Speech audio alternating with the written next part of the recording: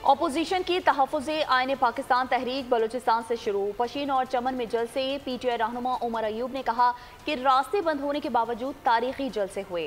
जुल्म के निज़ाम अब चलने नहीं देंगे। निज़ाम अदल होता तो हमारा कायद जेल में न होता। ये लोग फॉर्म 47 की बैसाखी पर खड़े हैं। रस्तों में हुकूमत बलूचिस्तान ने जगह जगह पे नाके लगाए हुए हैं।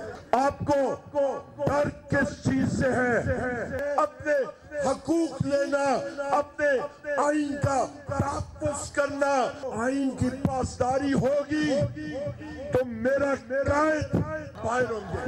आप तो फॉर्म 47 की बैसाखियों पे खड़े हुए हैं। पूरे पाकिस्तान पे काबिज है, जुल्म है, जबर है, गुंडागर्दी है।